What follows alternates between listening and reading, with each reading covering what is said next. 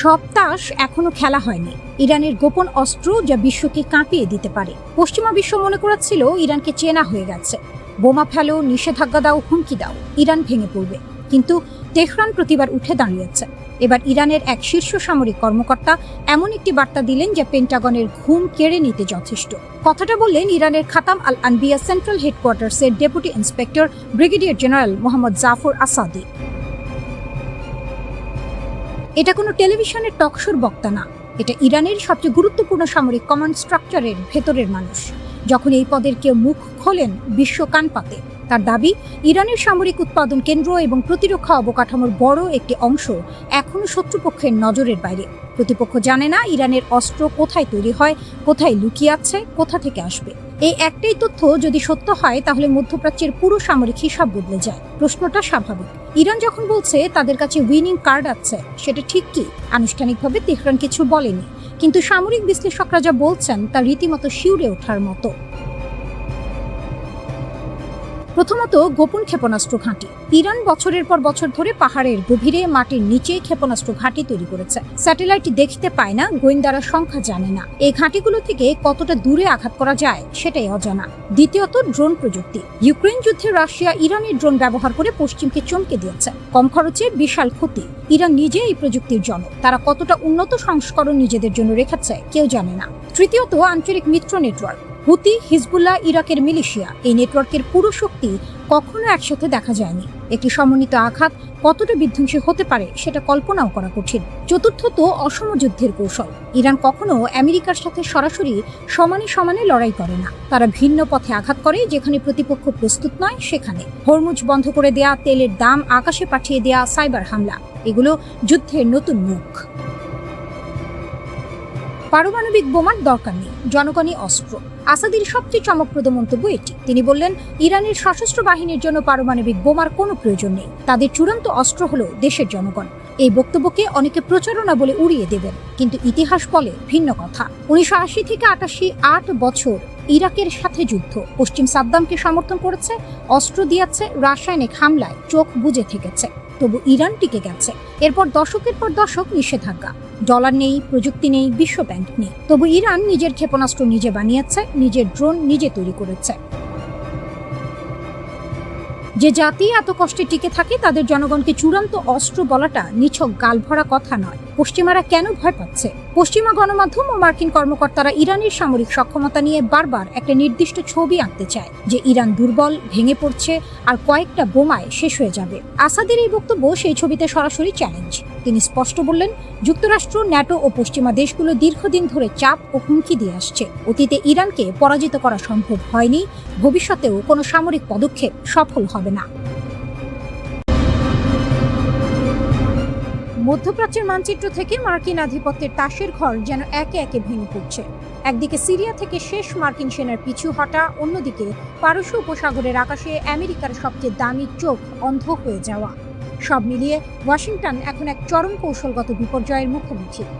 2026 সালের এপ্রিলের এই দিনগুলো মার্কিন সামরিক ইতিহাসে এক কালিমালিপ্ত অধ্যায় হিসেবে লেখা থাকবে। দীর্ঘ বছরের মোতায়েন, আইএস বিরোধী অভিযান আর ইরানকে ঠেকিয়ে রাখার স্ট্র্যাটেজিক ফুটহোল্ড, সবই এখন অতীত। সিরিয়ায় মার্কিন সামরিক উপস্থিতির শেষ চিহ্নটুকুও মুছে গেছে। উত্তর পূর্ব সিরিয়ার শেষ ঘাঁটিটি হস্তান্তর করে মার্কিন বাহিনী এখন জর্ডান ও ইরাকের পথে। মজার ব্যাপার হলো, এই পিছু হটা কোনো বিজয় উল্লাস নয়, বরং ইরান সমর্থিত গোষ্ঠীগুলোর হামলার ভয়ে অনেকটা গোপনে স্থলপথে সম্পদ সরিয়ে নেওয়া। প্রেসিডেন্ট আহমেদ আল শারা ক্ষমতায় আসার পর কুর্দি নেতৃত্বাধীন এসডিএফ সিরীয় সেনাবাহিনীর সাথে একীভূত হওয়ার চুক্তি করেছে। ফলে ওয়াশিংটনের দীর্ঘদিনের প্রক্সি রাজনীতির স্থাপত্য ধূলিসাৎ হয়ে গেছে। সিরিয়া এখন এমন এক সংঘাতের ভূমি যা একসময় যুক্তরাষ্ট্র নিয়ন্ত্রণ করতে চেয়েছিল, আর আজ তা অন্যদের হাতে ছেড়ে দিয়ে নিঃশব্দ প্রস্থান করতে হচ্ছে। সিরিয়া ত্যাগের ক্ষতের ওপর নুনের ছিটা হয়ে এসেছে পারস্য উপসাগরের বিপর্যয়। গত 9 এপ্রিল আমেরিকার গর্ব $240 মিলিয়ন মূল্যের MQ-4C ট্রাইটন ড্রোনটি নিখোঁজ হয়েছে। এটি কোনো সাধারণ ড্রোন নয়, এর এক একটি দাম একাধিক F-35 স্টেলথ ফাইটারের চেয়েও বেশি। 52,000 ফুট উচ্চতায় ওড়ার ক্ষমতা সম্পন্ন এ high tech eye in the sky কেন এবং কিভাবে হারিয়ে গেল তা নিয়ে পেন্টাগনে এখন শোকের মাতম। ওপেন সোর্স ডেটা বলছে 3 ঘন্টার টহল শেষে ফেরার পথে ড্রোনটি হঠাৎ ইরানের দিকে মোড় নেয় এবং এরপরই সিগন্যাল উধাও হয়ে যায়। মার্কিন নৌবাহিনী একে ক্লাস এ মিসশট বলে দায় সারতে চাইলেও আসল সত্যটা অনেক বেশি ভয়াবহ। $1 বিলিয়ন চিতা। কেবল একটি ট্রাইটন নয়, পরিসংখ্যান বলছে এই যুদ্ধে 1 মাসে মার্কিন বিমান বাহিনীর ক্ষয়ক্ষতি রূপ নিয়েছে এক দুঃস্বপ্নে। 24টি MQ-9 রিপার ড্রোন। পারস্য উপসাগর ও হরমুজ প্রণালীর আশেপাশে ইরান অন্তত 24টি রিপার ড্রোন ভূপাতিত করেছে, যার বাজার মূল্য প্রায় $720 মিলিয়ন। কৌশলগত সম্পদ ধ্বংস। শুধু ড্রোন নয়, এই সংঘাতের প্রথম মাসেই যুক্তরাষ্ট্র হারিয়েছে E-3 সেন্ট্রি অ্যাওয়াক্স, A-10 ওয়ারথগ এবং F-15E এর মতো বাঘা বাঘা যুদ্ধ বিমান। 1 মাসের কম সময়ে পেন্টাগনের ক্ষতির অঙ্ক $1 বিলিয়ন ছাড়িয়ে গেছে। আকাশপথে যে অপ্রতিদ্বন্দ্বী শ্রেষ্ঠত্বের বড়াই ওয়াশিংটন করত ইরানের অত্যাধুনিক আকাশ প্রতিরক্ষা ব্যবস্থার সামনে, তা এখন প্রশ্নের মুখে। ড্রাগন ও পারস্যের সাঁড়াশি চাপ। এই উত্তেজনার মধ্যে সিরিয়া ও ইরাক থেকে মার্কিন পিছু হটা এবং আকাশপথে একের পর এক হার, সব মিলিয়ে মধ্যপ্রাচ্যে যুক্তরাষ্ট্রের সুয়েজ মুহূর্ত উপস্থিত হয়েছে। যে ড্রোনগুলো একসময় আফগানিস্তান বা ইয়েমেনে নির্বিঘ্নে দাপিয়ে বেড়াতো, তারা এখন ইরানের আকাশসীমায় ঢোকা মাত্রই কবরে পরিণত হচ্ছে। বিশ্লেষকরা বলছেন, দীর্ঘ পাল্লার ক্ষেপণাস্ত্র ফুরিয়ে আসায় যুক্তরাষ্ট্র এখন ড্রোনের ওপর বেশি নির্ভর করতে বাধ্য হচ্ছে, আর সেই সুযোগটি নিচ্ছে তেহরান। এমনকি বন্ধু দেশ ইসরায়েল বা আমিরাতের ড্রোনগুলো রক্ষা পাচ্ছে না।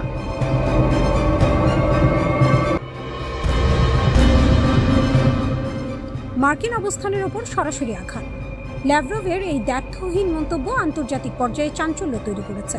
এটি মূলত চলমান আলোচনায় ইরানের শূন্য ইউরেনিয়াম সমৃদ্ধকরণের বিষয়ে মার্কিন যুক্তরাষ্ট্রের কঠোর একগুঁয়েমিকে সরাসরি চ্যালেঞ্জ এবং খাটো করে দেখছে। আমেরিকার এই দাবির কোনো আইনি ভিত্তি নেই বলেই রুশ পররাষ্ট্রমন্ত্রী ইঙ্গিত দেন। তিনি রাশিয়া এবং চীনের অবস্থান পরিষ্কার করে বলেন যে তারা এই সংকটের অবসানের জন্য কূটনৈতিক প্রচেষ্টাকে পূর্ণ সমর্থন করে। তবে নেগোসিয়েশনস অবশ্যই বাস্তবসম্মত এবং বৈধ লক্ষ্যের উপর ভিত্তি করে পরিচালিত হতে হবে, যা সব পক্ষের জন্য গ্রহণযোগ্য হয়।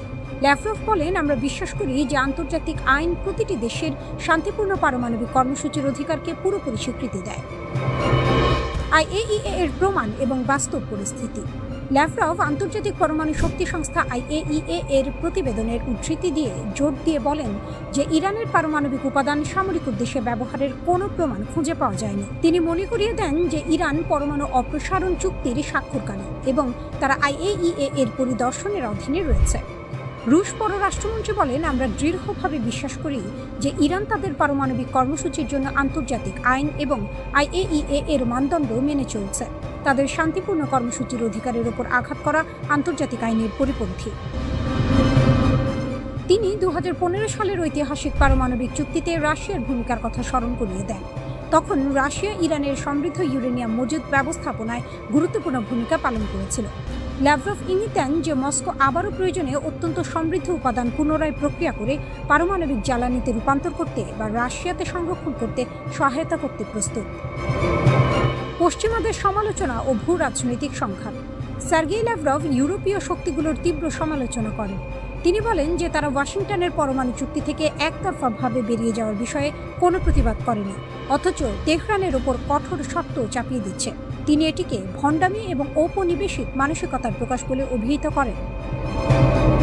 তিনি বর্তমান আলোচনায় ইরানের ইউরেনিয়াম সমৃদ্ধকরণ এবং হরমুজ প্রণালীর উপর নিয়ন্ত্রণ নিয়ে বিরোধের কথা উল্লেখ করেন।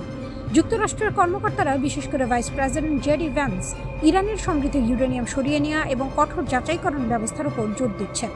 অন্যদিকে ইরান তাদের মজুদ হস্তান্তর করতে অস্বীকৃতি জানিয়েছে এবং এর পরিবর্তে পতনের প্রস্তাব দিচ্ছে।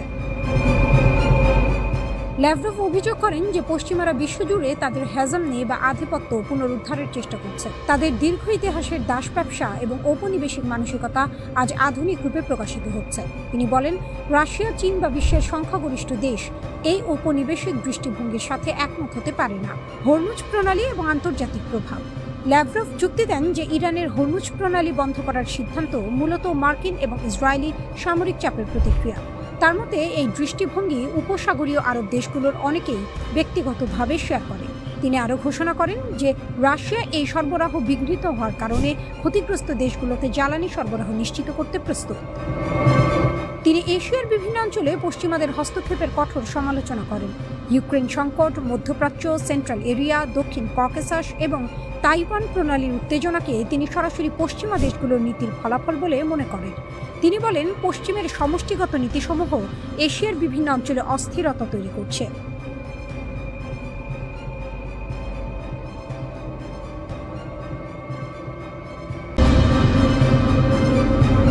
যুদ্ধের মঞ্চে যেন হঠাৎ করে বদলে যাচ্ছে সব হিসাব। এক পশ্চিমা থিঙ্ক ট্যাঙ্কের সতর্কবার্তা এখন ছড়িয়ে দিচ্ছে নতুন আতঙ্ক। ইরান নাকি এই যুদ্ধের মোড় ঘুরিয়ে দেওয়ার মতো এক নির্ণায়ক সুবিধা পেতে পারে, আর সেটি হয়তো আর কেবল সময়ের অপেক্ষা। প্রথম 16 দিনই যুদ্ধ যেন দেখিয়েছে তার নির্মম মুখ। যুক্তরাষ্ট্র ও ইসরায়েল মিলে প্রায় $26 বিলিয়ন প্রতিরক্ষা অস্ত্র ব্যবহার করেছে এক অবিশ্বাস্য গতিতে। আকাশে প্রতিটি প্রতিরোধ মানে আরেকটি ক্ষয়, আর সেই ক্ষয় এখন গিয়ে ঠেকেছে এক ভয়ঙ্কর সীমায়। শোনা যাচ্ছে ইন্টারসেপ্টর মজুদ দ্রুত ফুরিয়ে আসছে। এই যুদ্ধ শুধু গোলাবারুদের নয়, এটি এখন কে দ্রুত রিলোড করতে পারে তার যুদ্ধ। আর ঠিক সেখানে ইরান যেন খেলছে সবচেয়ে বড় চাল। যুদ্ধের শুরুতেই ইরান লক্ষ্যবস্তু করেছিল রাডার সিস্টেম। এই এক সিদ্ধান্তই নাকি বদলে দিয়েছে পুরো খেলার নিয়ম। আকাশ প্রতিরক্ষা নেটওয়ার্কের কিছু অংশ কার্যত অন্ধ হয়ে গেছে, ফলে প্রতিটি নতুন হামলা ঠেকানো এখন আগের চেয়ে অনেক কঠিন। বিশ্লেষণ বলছে, বর্তমান গতিতে চলতে থাকলে খুব অল্প সময়ের মধ্যেই যুক্তরাষ্ট্র ও ইসরায়েলের ইন্টারসেপ্টর ভান্ডার প্রায় শূন্যে নেমে আসতে পারে। বিশেষ করে ইসরায়েলের অ্যারো ইন্টারসেপ্টর মার্চের শেষ নাগাদই শেষ হয়ে যেতে পারে বলে আশঙ্কা করা হচ্ছে। আর যুক্তরাষ্ট্রের থার্ড প্রতিরক্ষা ব্যবস্থাও 1 মাসের মধ্যে চাপের মুখে ভেঙে পড়তে পারে। এটাই এখন যুদ্ধের নতুন বাস্তবতা। শুধু শক্তি নয়, টিকে থাকার ক্ষমতাই হয়ে উঠছে সবচেয়ে বড় অস্ত্র। প্রতিবেদনে বলা হয়েছে, এই 16 দিনে যুক্তরাষ্ট্র ও ইসরায়েল প্রায় 11,000-এর বেশি মিউনিশন ব্যবহার করেছে। কিন্তু সমস্যা হলো, এই উচ্চমানের অস্ত্রগুলো যত দ্রুত ব্যবহার হচ্ছে তত দ্রুত তৈরি করা সম্ভব নয়। বর্তমান শিল্প সক্ষমতা অনুযায়ী শুধু ব্যবহৃত ইন্টারসেপ্টর পুনরায় তৈরি করতেই লাগতে পারে 2 থেকে 3 বছর। এদিকে ইরান থেমে নেই। তারা ইতোমধ্যে 80টির বেশি ধাপে হামলা চালিয়েছে, যার নাম দিয়েছে ট্রু প্রমিস 4। 27 ও 28 মার্চ রাতেও নতুন হামলার ঢেউ আঘাত হেনেছে। তেল আবিব এলাকায় একটি হামলায় একজন নিহত হয়েছেন, আহত হয়েছেন আরও কয়েকজন। শহরের বিভিন্ন জায়গায় ক্ষেপণাস্ত্রের ধ্বংসাবশেষ পড়ে আতঙ্ক ছড়িয়েছে।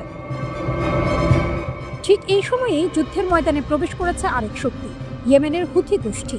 তারা দক্ষিণ ইসরায়েলের দিকে ক্ষেপণাস্ত্র ছুড়ে নতুন চাপ তৈরি করেছে। যদিও ইসরায়েল দাবি করেছে তারা সেই হামলা প্রতিহত করতে পেরেছে, কিন্তু বার্তাটি স্পষ্ট, যুদ্ধ এখন আর একক ফ্রন্টে সীমাবদ্ধ নেই। হুথিরা হুঁশিয়ারি দিয়েছে, যদি যুদ্ধ আরও বিস্তৃত হয় তারা আরও বড় আকারে হস্তক্ষেপ করবে। তাদের ভাষায় এটি প্রতিরোধের ফ্রন্টের সম্মিলিত লড়াই।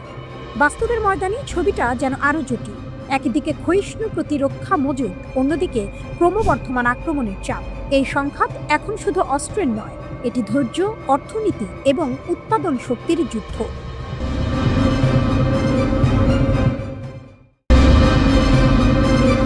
ইরাকে মার্কিন ঘাঁটিগুলো লক্ষ্য করে শুরু হয়েছে সমন্বিত হামলার নতুন ঢেউ। মাত্র 24 ঘন্টায় 6টি নির্ভুল হামলার দাবি করেছে ইসলামিক রেজিস্ট্যান্স অফ ইরাক। ইরাকের কুর্দিস্তান অঞ্চলের গুরুত্বপূর্ণ কেন্দ্র এরবিলে একের পর এক বিস্ফোরণ শোনা গেছে। স্থানীয় সূত্র বলছে, একাধিক কামিকাজি ড্রোন ছোড়া হয়েছে মার্কিন লক্ষ্যবস্তুতে, আর সেগুলো নির্ভুলভাবে আঘাত হেনেছে। একই সময় বাগদাদ আন্তর্জাতিক বিমানবন্দরের কাছেও ড্রোন হামলা হয়েছে, যেখানে মার্কিন সামরিক সহায়ক ঘাঁটি লক্ষ্যবস্তু ছিল। শুধু তাই নয়, একটি আল আরাব ক্ষেপণাস্ত্র ছোড়ার ভিডিও সামনে এসেছে, যা সরাসরি মার্কিন ঘাঁটির দিকে ছুটে গেছে। একজন ইরাকি কর্মকর্তা হামলার সত্যতা নিশ্চিত করলেও হতাহতের বিষয়ে কিছু বলেননি। তবে রেজিস্ট্যান্স গোষ্ঠীর বার্তা পরিষ্কার, বিদেশি সেনারা ইরাক ছাড়ার আগ পর্যন্ত এই হামলা চলবে। এই উত্তেজনার মধ্যেই হঠাৎই সংঘাত রূপ নেয় আরও বড় এক ঝড়ে। ইরান শুরু করেছে তাদের অপারেশন ট্রু প্রমিস 4-এর 91তম ঢেউ। ব্যালিস্টিক ক্ষেপণাস্ত্র আর ড্রোনের বৃষ্টি নেমেছে, আর প্রধান লক্ষ্য এখন ইসরায়েলের বড় শহরগুলো। তেল আবিব, হাইফা হঠাৎ করেই সাইরেনের শব্দে কেঁপে ওঠে শহর। বলা হচ্ছে প্রায় 50 লাখ মানুষ ছুটে গেছে বাংকারে আশ্রয় নিতে। আকাশে বিস্ফোরণের পর বিস্ফোরণ, চারদিকে আতঙ্ক, বিশৃঙ্খলা।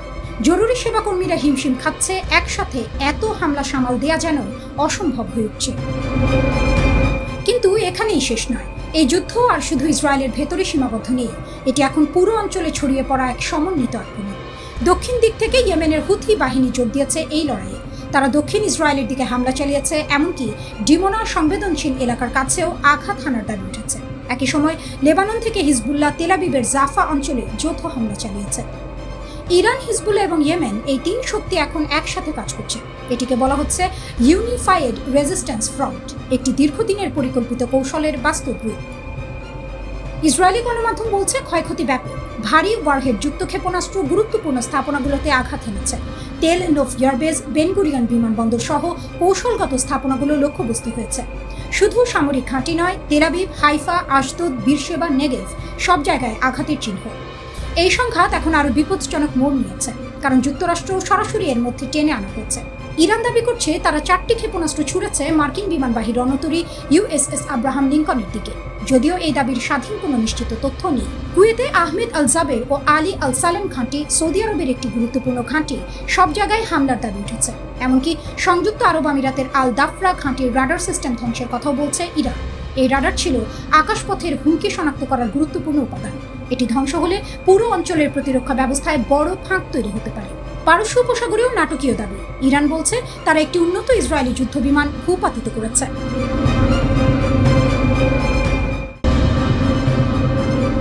আবারও যুক্তরাষ্ট্রের অশনি সংকেত। যুক্তরাষ্ট্র ও ইরানের চলমান সংঘাতে হঠাৎ করেই নাটকীয় মোড়, আর সেই মোড় ঘিরে তৈরি হয়েছে রহস্য, উত্তেজনা আর ভয়ের এক বিস্ফোরক মিশ্রণ। ইরানের রাষ্ট্রীয় গণমাধ্যম প্রেস টিভি এমন কিছু ছবি প্রকাশ করেছে যা পুরো পরিস্থিতিকে আরও জটিল করে তুলেছে। তাদের দাবি, কুয়েতে একটি মার্কিন সামরিক ঘাঁটিতে থাকা একটি CH-47 ঝিনুক হেলিকপ্টার ড্রোন হামলায় মারাত্মকভাবে ক্ষতিগ্রস্ত হয়েছে। এই হেলিকপ্টারটি শুধু একটি যান নয়, এটি মার্কিন সেনাবাহিনীর অন্যতম শক্তিশালী লজিস্টিক অস্ত্র, যা সৈন্য, অস্ত্র ও সরঞ্জাম দ্রুত পরিবহনে ব্যবহৃত হয়। কিন্তু এখানেই প্রশ্ন, এই ঘটনার কোনো আনুষ্ঠানিক স্বীকৃতি দেয়নি ওয়াশিংটন। পেন্টাগন এখনো নীরব, আর এই নীরবতাই যেন আরো বড় ঝড়ের পূর্বাভাস। ইরানের আরেকটি গণমাধ্যম আরো বিস্ফোরক দাবি করেছে। তাদের মতে এই হেলিকপ্টারটি একটি বিশেষ উদ্ধার অভিযানে ছিল। লক্ষ্য, ইরানের আকাশে ভূপাতিত হওয়া একটি মার্কিন যুদ্ধ বিমানের পাইলটকে খুঁজে বের করা। আর এখানেই আসে সবচেয়ে বড় খবর, একটি মার্কিন F-15E স্ট্রাইক ইগল যুদ্ধ বিমান নাকি ইরানের ভেতরে গুলি করে ভূপাতিত করা হয়েছে। যদি এটি সত্য হয়, তাহলে এটি হবে এই যুদ্ধে এক বিশাল টার্নিং পয়েন্ট। প্রতিবেদন বলছে ওই বিমানে ছিলেন 2 জন, একজন পাইলট এবং একজন অস্ত্র নিয়ন্ত্রণ কর্মকর্তা। হামলার পর দুজনই ইজেক্ট করে বেরিয়ে আসেন। এর মধ্যে একজনকে জীবিত উদ্ধার করে মার্কিন বাহিনী এবং তাকে চিকিৎসা দেওয়া হচ্ছে, কিন্তু অন্যজন এখনও নিখোঁজ। সময় দ্রুত ফুরিয়ে যাচ্ছে আর তাকে খুঁজে পেতে চলছে মরিয়া তল্লাশি। এই উত্তেজনাপূর্ণ পরিস্থিতির মধ্যেই বড় একটি সিদ্ধান্ত নেয় ইসরায়েল। জানা গেছে চলমান উদ্ধার অভিযানে বাধা না দিতে ইসরায়েল তাদের পরিকল্পিত হামলা স্থগিত করেছে। এই পদক্ষেপ দেখাচ্ছে পরিস্থিতি কতটা সংবেদনশীল হয়ে উঠেছে। ইরানের রাষ্ট্রীয় টেলিভিশন আরও এক ধাপ এগিয়ে গেছে। তারা ঘোষণা দিয়েছে যে কেউ যদি মার্কিন পাইলটকে খুঁজে দেয় তাকে পুরস্কৃত করা হবে। এমনকি সাধারণ জনগণকে আহ্বান জানানো হয়েছে পাইলটদের ধরিয়ে দিতে। অন্যদিকে মার্কিন প্রেসিডেন্ট ডোনাল্ড ট্রাম্প সরাসরি বলেছেন এই ক্ষতি কূটনৈতিক অবস্থান বদলাবে না। তার কণ্ঠে ছিল কঠোরতা, এটা যুদ্ধ। তবে নিখোঁজ পাইলট ধরা পড়লে যুক্তরাষ্ট্র কি করবে সে বিষয়ে তিনি কিছু বলেননি। এই নীরবতা নতুন করে উদ্বেগ তৈরি করছে। যুক্তরাষ্ট্রের পক্ষ থেকে নিশ্চিত করা হয়েছে একটি যুদ্ধ বিমান ভূপাতিত হয়েছে, তবে তারা এখনও বিস্তারিত কিছু জানায়নি। হোয়াইট হাউস জানিয়েছে প্রেসিডেন্টকে পুরো পরিস্থিতি সম্পর্কে অবহিত করা হয়েছে। এই ঘটনার মধ্য দিয়ে আরেকটি বিষয় স্পষ্ট হয়ে উঠছে, ইরানের আকাশ প্রতিরক্ষা এখনও শক্তিশালী। যুক্তরাষ্ট্র এতদিন দাবি করে আসছিল তারা আকাশে পূর্ণ নিয়ন্ত্রণ প্রতিষ্ঠা করেছে, কিন্তু এই ঘটনাই দেখাচ্ছে ইরান এখনও প্রতিরোধ গড়ে তুলতে সক্ষম। এর আগে এই যুদ্ধে আরও 3টি F-15E বিমান হারানোর খবর এসেছে, যদিও সেগুলো ফ্রেন্ডলি ফায়ারের কারণে। এখন পর্যন্ত অন্তত 13 জন মার্কিন সেনা নিহত হয়েছে। একদিকে নিখোঁজ পাইলটের খোঁজে মরিয়া যুক্তরাষ্ট্র, অন্যদিকে ইরানের কঠোর অবস্থান। আকাশে প্রতিনিয়ত বাড়ছে উত্তেজনা, মাটিতে জমছে অনিশ্চয়তা।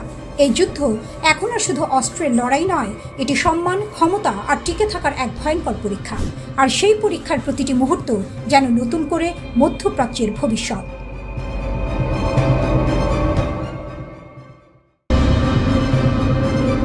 পারস্য উপসাগরের উত্তাল জলরাশিতে যুক্তরাষ্ট্রের নৌ অবরোধকে কেন্দ্র করে বিশ্বজুড়ে বাড়ছে যুদ্ধের দামামা। এতদিন পর্দার আড়ালে থাকলেও বেইজিং সরাসরি আসরে নেমেছে। যুক্তরাষ্ট্রের এই পদক্ষেপকে বিপজ্জনক এবং দায়িত্ব জ্ঞানহীন বলে তীব্র ভৎসনা করেছেন চীনের পররাষ্ট্র মন্ত্রণালয়ের মুখপাত্র গুও জিয়াকুন। শি জিনপিং এর কণ্ঠে ফুটে উঠেছে সতর্কবার্তা, বিশ্বকে যেন কোনোভাবেই জঙ্গলের রাজত্বে ফিরিয়ে না দেওয়া হয়। হরমুজ প্রণালী দিয়ে বিশ্বের মোট জ্বালানি সরবরাহের 1/5 পরিবাহিত হয়, যার অর্ধেকেরও বেশি যায় চীনের কারখানায়। তাই এই নৌপথ বন্ধ হওয়া মানে চীনের অর্থনীতির ধমনীতে সরাসরি আঘাত।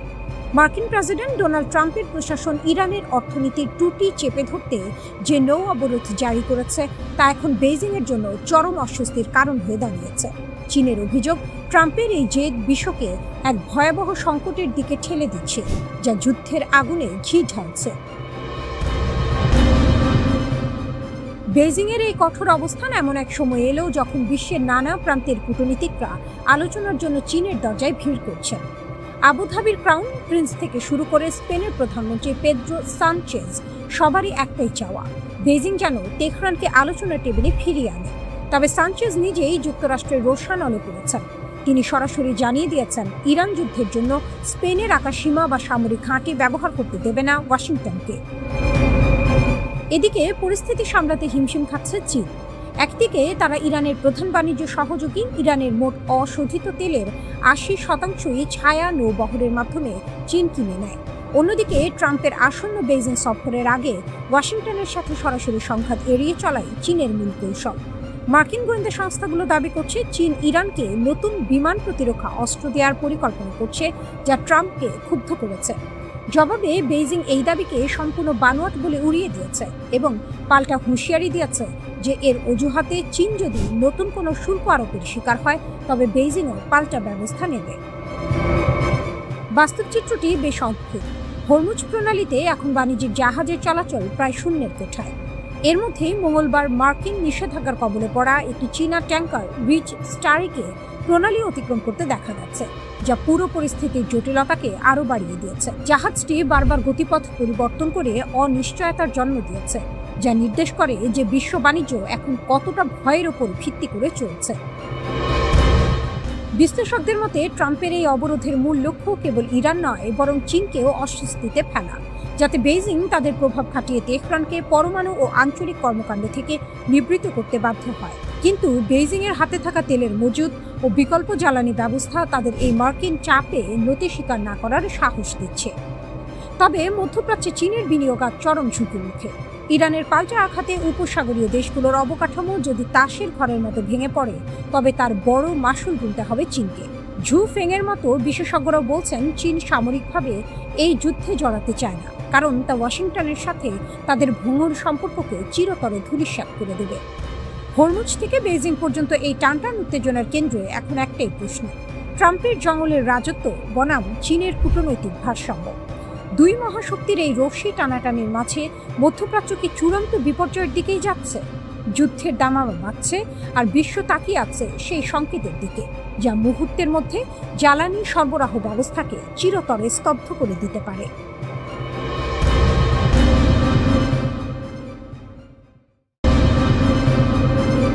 মধ্যপ্রাচ্যে উত্তেজনা চরমে, যুদ্ধের আশঙ্কা ক্রমেই ঘনীভূত হচ্ছে।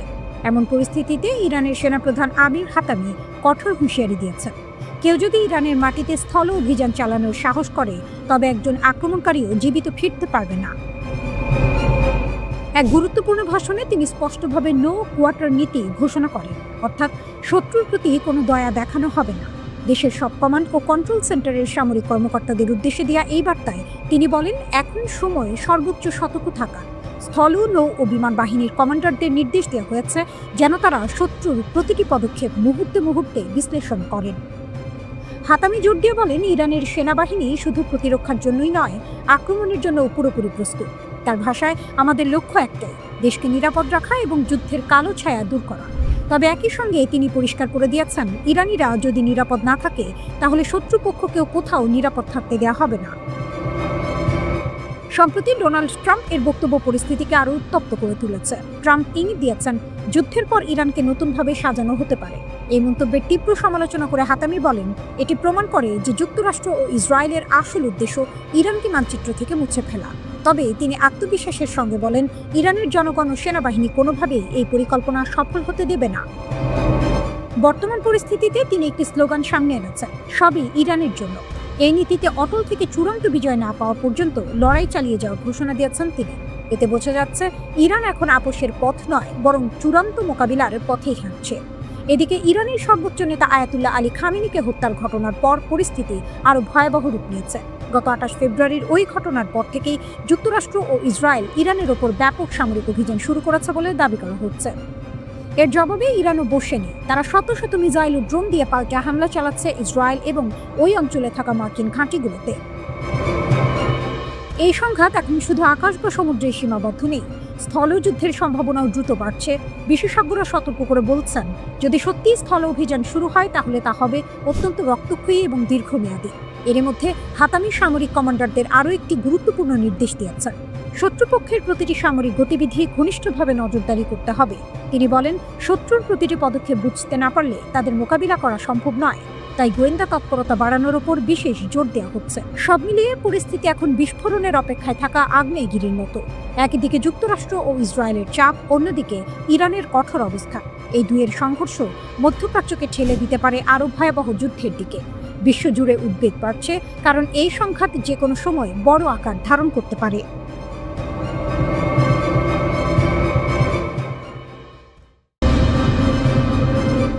মার্কিন রণতরী নিশানা করে আবার ক্ষেপণাস্ত্র ছোড়ার দাবি করেছে ইরান।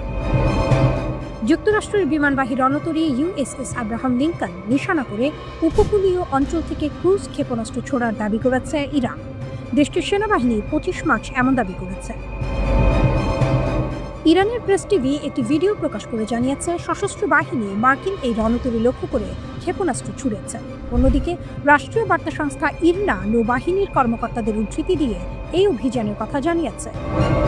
ইরান নৌবাহিনীর কমান্ডার রিয়ার অ্যাডমিরাল শামরাম ইরানি বলেছেন, শত্রুর বিমানবাহী রণতরী আব্রাহাম লিঙ্কনের গতিবিধি সার্বক্ষণিক পর্যবেক্ষণ করা হচ্ছে। এটি ইরানের ক্ষেপণাস্ত্র ব্যবস্থার নাগালে আসামাত্রই লক্ষ্যবস্তু করা হবে। এর আগে যুক্তরাষ্ট্রের প্রেসিডেন্ট ডোনাল্ড ট্রাম্প গতকাল মঙ্গলবার বলেছেন, ইরান ইউএসএস আব্রাহাম লিঙ্কন লক্ষ্য করে শতাধিক ক্ষেপণাস্ত্র ছুড়েছিল। প্রতিটি ক্ষেপণাস্ত্র ভূপাতিত করা হয়েছে। ওদিকে ইসরায়েলে অনবরত হামলা চালিয়ে যাচ্ছে ইরান।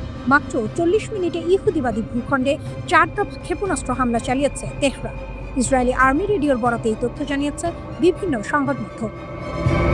প্রতিবেদনে বলা হয়, 40 মিনিটের ব্যবধানে ইসরায়েলে 4 দফায় ক্ষেপণাস্ত্র ছুড়েছে ইরান। এর আগে বৃহত্তর তেল আবিব এলাকায় বেশ কয়েকটি বিস্ফোরণের শব্দ শোনা গেছে। ইসরায়েলি আর্মি রেডিও তেল আবিবের আশপাশে একাধিক বিস্ফোরণের খবর নিশ্চিত করেছে। এছাড়া হাদেরা এলাকায় একটি বড় বিদ্যুৎ কেন্দ্রের কাছে বিস্ফোরণের শব্দ শোনা গেলেও এতে কোনো ক্ষয়ক্ষতি বা হতাহতের ঘটনা ঘটেনি বলে জানিয়েছে ইসরায়েলের ইলেকট্রিক কর্পোরেশন।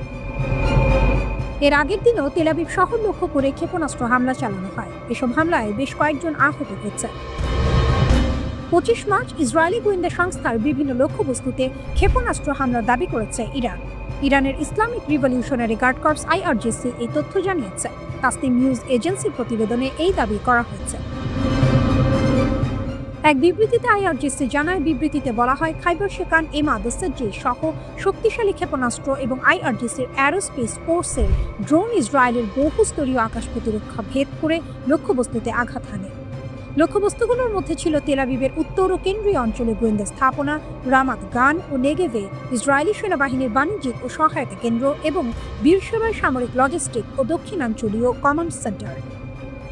IRGCর দাবি, হামলার ফলে অধিকৃত ফিলিস্তিনি ভূখণ্ডে আগুন ও ধোঁয়ার বিস্তৃত দৃশ্য দেখা গেছে এবং 20 লাখের বেশি মানুষকে আশ্রয়কেন্দ্রে থাকতে হয়েছে, যা তাদের ক্ষেপণাস্ত্র ও ড্রোন সক্ষমতার প্রমাণ। সংস্থাটি আরও জানিয়েছে, যুক্তরাষ্ট্রের পেন্টাগন ও ইসরায়েলি সামরিক গোয়েন্দা সংস্থা আমান যুদ্ধ সংক্রান্ত খবর ও হামলার চিত্র গোপন করছে, যা শত্রুপক্ষের উদ্বেগের স্পষ্ট প্রমাণ। 28 ফেব্রুয়ারি যুক্তরাষ্ট্র ও ইসরায়েল ইরানের বিরুদ্ধে ব্যাপক সামরিক অভিযান শুরু করে তেহরান। এর জবাবে ইরানের সশস্ত্র বাহিনী যুক্তরাষ্ট্র ও ইসরায়েলের আঞ্চলিক ঘাঁটি এবং অধিকৃত ভূখণ্ডে ক্ষেপণাস্ত্র ও ড্রোন হামলার মাধ্যমে পাল্টা আক্রমণ চালিয়ে যাচ্ছে।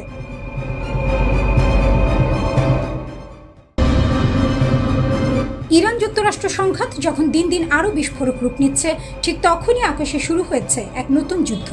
ড্রোন, যুদ্ধবিমান আর মিসাইলের এক ভয়ঙ্কর সংঘর্ষ। ইরান দাবি করেছে, তাদের আকাশসীমার গভীরে একটি বহুমূল্যের মার্কিন ড্রোন ভূপাতিত করা হয়েছে।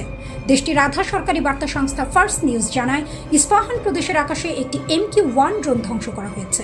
এই অভিযান পরিচালনা করেছে Islamic Revolutionary Guard Corps IRGC। ইরানের দাবি এটি ছিল যুক্তরাষ্ট্র ও ইসরায়েলের যৌথ নজরদারি মিশনের অংশ, যা তাদের উন্নত সমন্বিত আকাশ প্রতিরক্ষা ব্যবস্থার মাধ্যমে ধ্বংস করা হয়। শুধু ড্রোন নয়, ইরান আরও বড় দাবি তুলছে। তাদের মতে সাম্প্রতিক সংঘর্ষে তারা একাধিক মার্কিন যুদ্ধবিমান ভূপাতিত করেছে, যার মধ্যে রয়েছে হরমুজ প্রণালীর কাছে এবং দক্ষিণ পশ্চিম ইরানের আকাশে সংঘটিত হামলা। ইরানি কর্মকর্তারা একে বলছেন একটি টার্নিং পয়েন্ট, একটি কালো দিন যেখানে যুক্তরাষ্ট্র ও ইসরায়েলের আকাশ শক্তিকে বড় ধাক্কা দেওয়া হয়েছে। একই সময় ইসরায়েলও থেমে নেই। তারা তেহরানের গুরুত্বপূর্ণ স্থাপনাগুলোতে হামলার ঘোষণা দিয়েছে।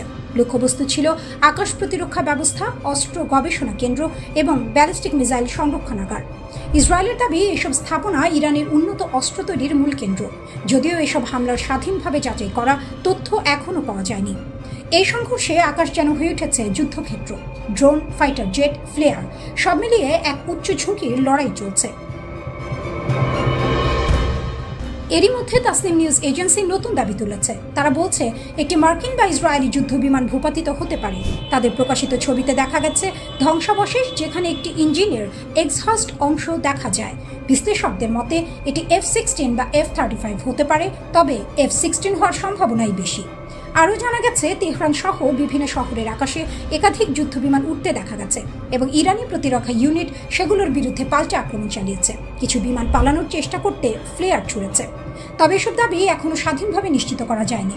অন্যদিকে যুক্তরাষ্ট্রের পক্ষ থেকে বড় ধরনের ঘটনা সামনে এসেছে।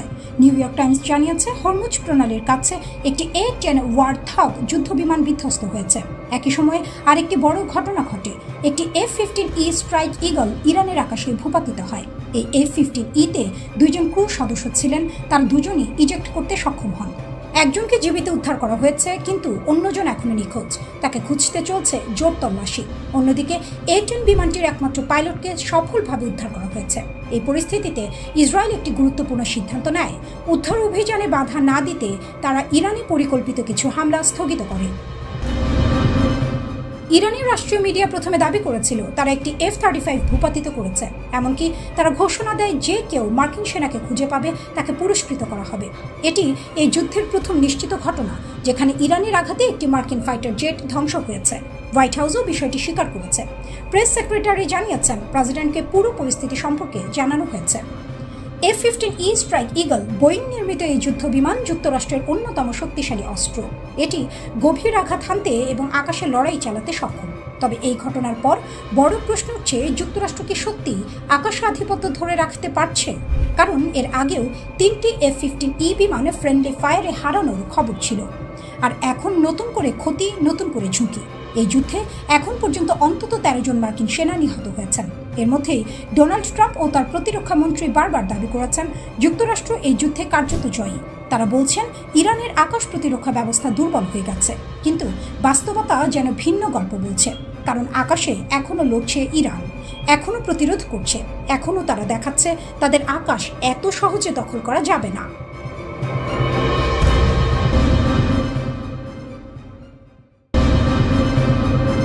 ইসরায়েলের সাম্প্রতিক এক আঘাতে প্রকাশ্যে এসেছে চাঞ্চল্যকর তথ্য। রাশিয়া ও ইরানের মধ্যে একটি লুকানো অস্ত্র সরবরাহ পথ। পশ্চিমা গোয়েন্দাদের দাবি এই পথ দিয়ে নীরবে ইরানকে ড্রোন, অস্ত্র আর যুদ্ধের তথ্য দিয়ে সহায়তা করছে মস্কো।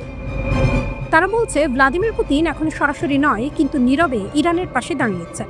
ড্রোন সরবরাহ করা হচ্ছে, সঙ্গে দেওয়া হচ্ছে স্যাটেলাইট ছবি, টার্গেটিং ডেটা, অর্থাৎ কোথায় আঘাত করলে সবচেয়ে বেশি ক্ষতি হবে সেই তথ্যও পৌঁছে যাচ্ছে তেহরানের হাতে। ফাইন্যান্সিয়াল টাইমসের প্রতিবেদনে বলা হয়েছে মার্চ মাসের শুরু থেকে এই সরবরাহ শুরু হচ্ছে। ড্রোনের পাশাপাশি পাঠানো হচ্ছে চিকিৎসা সরঞ্জাম, সবকিছুই গোপনে, নিঃশব্দে। মাসের শেষ নাগাদ এই ডেলিভারি সম্পূর্ণ হওয়ার কথা। আর এই সহযোগিতা শুরু হচ্ছে ঠিক তখনই যখন যুক্তরাষ্ট্র ও ইসরায়েল ইরানের ওপর হামলা চালায়। অর্থাৎ যুদ্ধের উত্তাপে তৈরি হয়েছে নতুন এক শক্তিশালী জোট, মস্কো তেহরান অক্ষ। ইরান ইতিমধ্যেই তাদের যুদ্ধ কৌশলের কেন্দ্রে নিয়ে এসেছে কামিকাজে ড্রোন। একবার ছোড়া হয়, সরাসরি লক্ষ্যবস্তুতে গিয়ে বিস্ফোরিত হয়। ফেব্রুয়ারির শেষ দিক থেকে হাজার হাজার এমন ড্রোন ব্যবহার করেছে ইরান, আঘাত হেনেছে মার্কিন ও মিত্র বাহিনীর ঘাঁটিতে। অন্যদিকে রাশিয়াও থেমে নেই। তারা আগে থেকেই ইরানের শাহেদ ধাঁচের ড্রোন ব্যবহার করে ইউক্রেনে হামলা চালাচ্ছে। শুধু ব্যবহারই নয়, সে ডিজাইন কপি করে আরও উন্নত করেছে। ভারী বিস্ফোরক বহন করতে সক্ষম করেছে, যাতে প্রতিটি আঘাত হয় আরও ভয়ঙ্কর। বিশ্লেষকরা বলছেন, যদি ইরান দ্রুত এই প্রযুক্তি নিজের হাতে নিতে পারে তাহলে তাদের ড্রোন হামলার শক্তি ও পাল্লা কয়েকগুণ বেড়ে যাবে। তখন যুদ্ধের চিত্রই বদলে যেতে পারে। তবে এখানেই শেষ নয়। ইরান রাশিয়ার কাছে আরও শক্তিশালী আকাশ প্রতিরক্ষা ব্যবস্থাও চেয়েছে। ইতিমধ্যে স্বল্প পাল্লার ক্ষেপণাস্ত্র সরবরাহে সম্মত হয়েছে মস্কো, কিন্তু সবচেয়ে শক্তিশালী S-400 সিস্টেম দিতে এখনও রাজি হয়নি রাশিয়া, কারণ এতে যুক্তরাষ্ট্রের সঙ্গে সরাসরি সংঘর্ষ আরও তীব্র হতে পারে। এইসব ঘটনার মাঝে উঠে এসেছে আরেকটি গুরুত্বপূর্ণ তথ্য, কাস্পিয়ান সাগরের একটি গোপন রুট যেখান দিয়ে রাশিয়া ইরানে অস্ত্র পাঠাতো বলে ধারণা করা হচ্ছে, আর সেই পথে আঘাত হেনাচ্ছে ইসরায়েল। ওয়াল স্ট্রিট জার্নালের প্রতিবেদনে বলা হয়েছে, ইসরায়েলি হামলায় ইরানের একটি নৌঘাঁটি ক্ষতিগ্রস্ত হয়েছে, যা ছিল এই গোপন সরবরাহ পথের গুরুত্বপূর্ণ কেন্দ্র। এটি এই সংখ্যাতে প্রথমবার যখন ক্যাস্পিয়ান সাগরে সরাসরি ইরানে আঘাত হানা হলো। এই হামলার পরই রাশিয়া এক ধরনের সতর্কবার্তা দিয়েছে। তারা বলেছে, যদি যুদ্ধ কাস্পিয়ান অঞ্চলে ছড়িয়ে পড়ে তাহলে তারা এটিকে চরম নেতিবাচকভাবে দেখবে। তবে মস্কো এখনও সব অভিযোগ অস্বীকার করছে। ক্রেমলিনের মুখপাত্র দিমিত্রি পেসকভ বলেছেন, এখন অনেক ভুয়া খবর ছড়াচ্ছে, তবে একটি বিষয় সত্য, আমরা ইরানের সঙ্গে আমাদের এই সংলাপ চালিয়ে যাচ্ছি। এদিকে যুক্তরাষ্ট্রের পক্ষ থেকে ইরানকে দেয়া 15 দফা শান্তি প্রস্তাব নিয়েও সন্দেহ প্রকাশ করেছে রাশিয়া। তারা বলছে, এই ধরনের তথ্য কতটা সত্য তা নিশ্চিত নয়। এমনকি ইরানও নাকি এই প্রস্তাবের বিষয়ে মস্কোকে কিছুই জানায়নি।